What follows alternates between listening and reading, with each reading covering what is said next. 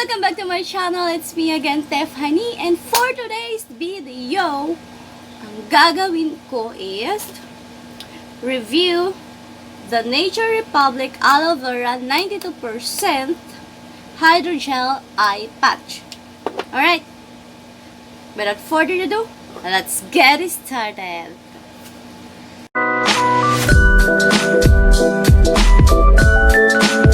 Why am I looking at you? Alright. Picturing a friend. Okay. Bago ako, habang ako ay may gagawin, so maglalagay na ako nito. Nature Republic Smoothing and Moisture Aloe Vera 92% with collagen Hydrogel Eye Patch. Yan, binasa ko lang po. And then, meron daw po siyang 60 sheets. Meron siyang 60 sheets. Anyway, sabi dito, Aloe Vera Collagen Eye Gel Patches Hydrogel Under Eye Patches formulated with aloe vera and collagen to revitalize and improve appearance around eyes, effectively reducing eye puffiness, dark circles, fine lines, and the wrinkles on eye zone. Help with your eye zone skin continuously form and increase elasticity. So, may nakalagay dito, instructions.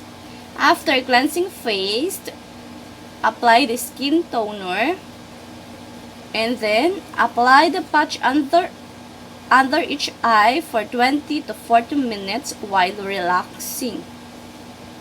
Remove pad and patch around eyes gently. Okay, first is, you wash your face daw first.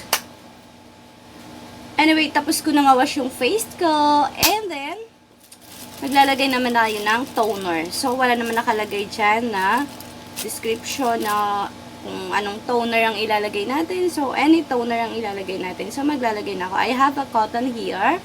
Ayan. Follow natin the instructions. Okay. So, hindi pa ako naglalagay ng toner. So, lagay na ako. Ayan. Meron na akong ano. Okay. Ayan. Ayan. And that's my toner today. And then, lagay na muna tayo, no? Okay. Wait. Wala akong salamin. Okay. Anyway, dito ako nag-start sa mag-add lang ako ng cotton. Medyo napaunti yung cotton ko eh. Okay. Okay. Dito ako nag-start mag-toner sa nose. Ayan. Then ako nag-start mag-toner dito hanggang under eye. Ayan. Ayan. Tapos dyan. Ayan. Ayan. Dito na po sa face.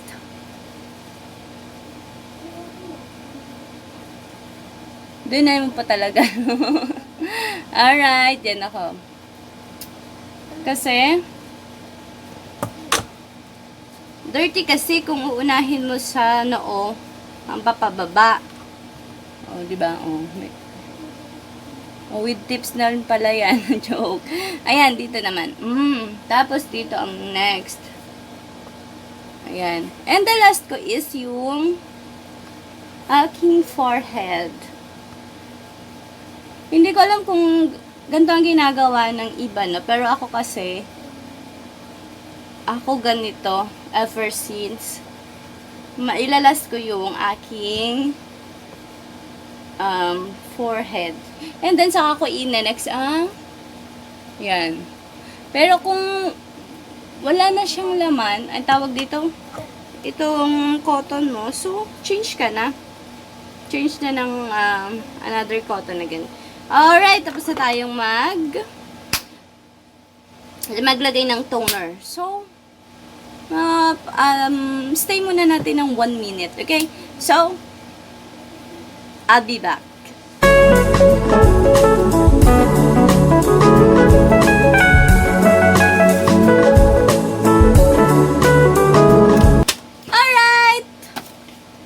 tayo, pwede tayong maglagay kasi natapos ko naman na ang 1 minute, no? So, lang natin, pinatuyo-tuyo ng konti ang ating toner na inilagay. Okay, start na tayo. So, how to open? Alright, open na natin, ha. Actually, madulas siya. Kasi, yung, meron na siyang basa-basa dito. Yung excess niya, ayan, no? Napatuyo ko na siya. Ay, napatuyo. Nagamit ko na kasi siya, na-open ko na siya, kaya. Alright, open na natin, okay? Oh, medyo mataas yung camera ko. Oh my gosh, sorry. Ayan. Ayan po siya. Itsura niya. And then, meron siyang, ito pa, may cover pa siya. Anyway, double yung cover niya, eh. Ayan, ito may cover pa siya. Oh my gosh. Wait a minute.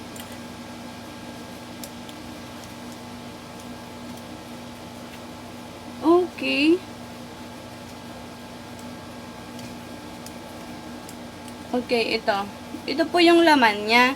Hindi ko na nawawala yung transparent film niya. Meron siyang transparent film. Yung manipis na pang-cover pa dito. Okay, yan. As you can see, ito po yung laman niya, ganito siya.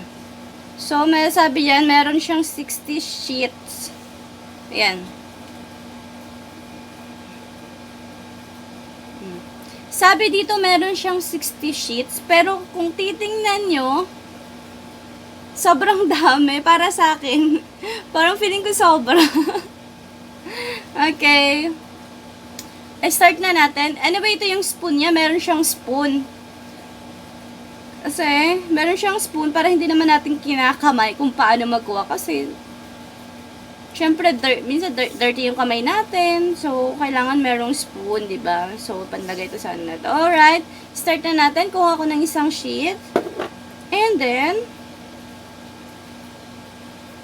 pero hawakan man din. Para hindi siguro hindi nadadama yung iba. Okay, start na natin. Ayan.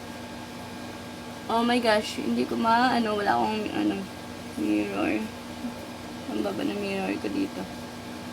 Alright, ganyan po. Kita mo na ako. Ayan. Okay.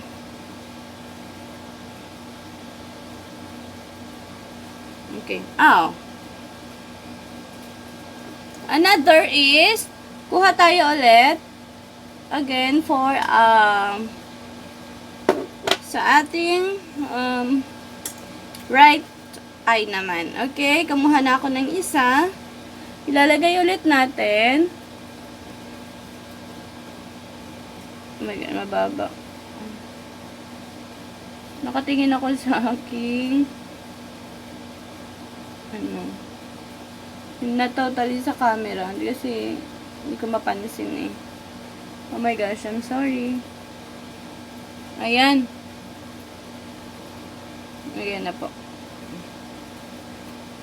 Ayan.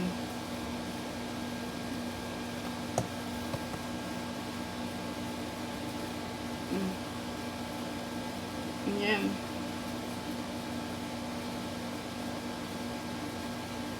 As you can see, pinapataasan ko siya ng konti dito kasi sobra.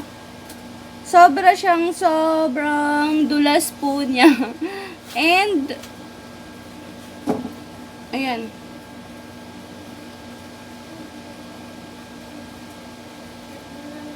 Sobrang dulas po niya. Kailangan po talaga kahiga ka.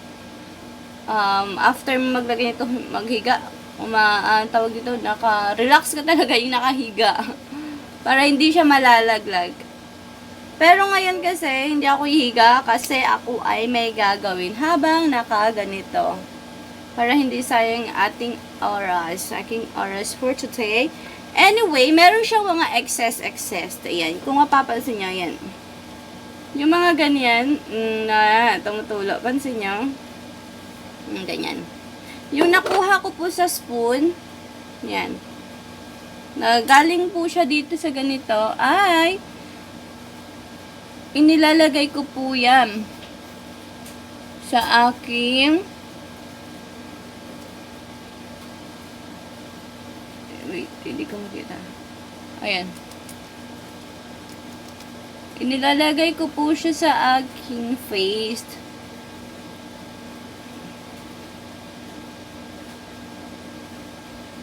Anyway, idea ko lang to ha. Idea ko lang po yung ganito na inilalagay ko yung excess niya, serum niya sa aking face. Kasi ayan. Ayan na po siya. Ay, wait, tumababa siya. So, yes. Ang feeling po, ang feelings po, sobrang lamig niya. Ang lamig niya sa face. Ay, sa face.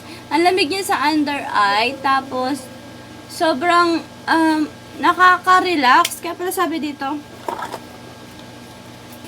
close ko lang po.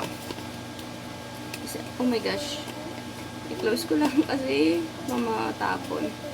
Alright, sabi dito, apply the patch under eye for 20 to 40 minutes while relaxing. So, we need to relax. Kasi para hindi siya malalaglag. May gagawin sana ako pero kailangan ko palang nakahiga po talaga kasi ay parang malalaglag siya eh. Alright, I'll be back for 40 minutes. I'll be back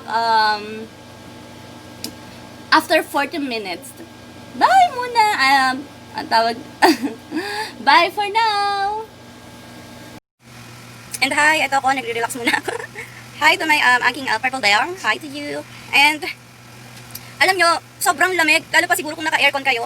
Ang lamig-lamig dito. Sobrang sarap sa pakiramdam. Sobrang ang lamig-lamig niya sa under eye. Alam nyo, naglagay lang ako, di ba? Under eye lang nilagay natin. Pero buong mukha ko sobrang lamig. Ang sarap-sarap. Plus, kung naka-aircon ka pa, ay naku, baka para ka naman sa ano. Ang sarap niya. Anyway, hi to my spider pala. Okay, Barrow is little brother. Anyway, ang sarap niya po sa, ang sarap niya sa under eye. Ang lamig. Tapos, ay ngayon, inaantok na ako. Parang gusto ko lang matulog. Anyway, every time po na maglalagay ako nito, inaantok po ako. Hindi ko alam anong meron nito. Kaya pala sabi na, while relaxing. Kaya pala. Kasi sobra kong aantukin ka talaga. Okay? Okay, ilang minuto na lang. Malapit na akong matapos. At ako inaantok na. So, babalik ako ulit. Hi! I'm back! Oh my gosh! Muntik na akong makatulog. Muntik na din ako makabalik dito sa vlog ko. Sobrang sarap-sarap talaga. Nakaka-relax. Always akong ganito. Oh my gosh. Lagi akong magkamati ng makatulog. Lagi kapag ako ay naglalagay nito. Anyway, ginamit ko na nga siya. Siguro mga ano ko na siya ginamit. Magwa 1 week. Ganyan. Okay, dahil tapos na tayo ng aking 40 minutes. So, kailangan ko na siyang tanggalin. So, parang inabot na yata siya ng 45 minutes sa akin. So, wala namang masama dun. Okay. Okay, kailangan na natin tanggalin. And, okay, ganyan. Dito lang ako titingin sa aking ano. Hindi ko mapansin eh. Ayan. Okay, so, kung ma-feel nyo siya, di ba malamig siya, sabi ko kanina. Pero parang pag tinanggal mo siya, ayan. Ayan. Yung init, andito sa ilalim. Yan. Pero malamig-lamig pa rin naman siya. Nakuha niya siguro, na-absorb niya. So, ayan, hayaan natin siyang ma-absorb yung excess dito. Kaya sabi dito, so tapon natin to sa maayos na basurahan. Okay, wag tayong magkakalat. Okay, sabi dito, allow excess moisture to be absorbed. Again. So, hayaan natin ma-absorb yung excess ng ating eye patch. Okay? And that's it for now. Sana ay nakita Nagustuhan niyo tong video ko. Oh my gosh, nandito na ako. Sorry! Alright, thank you for watching!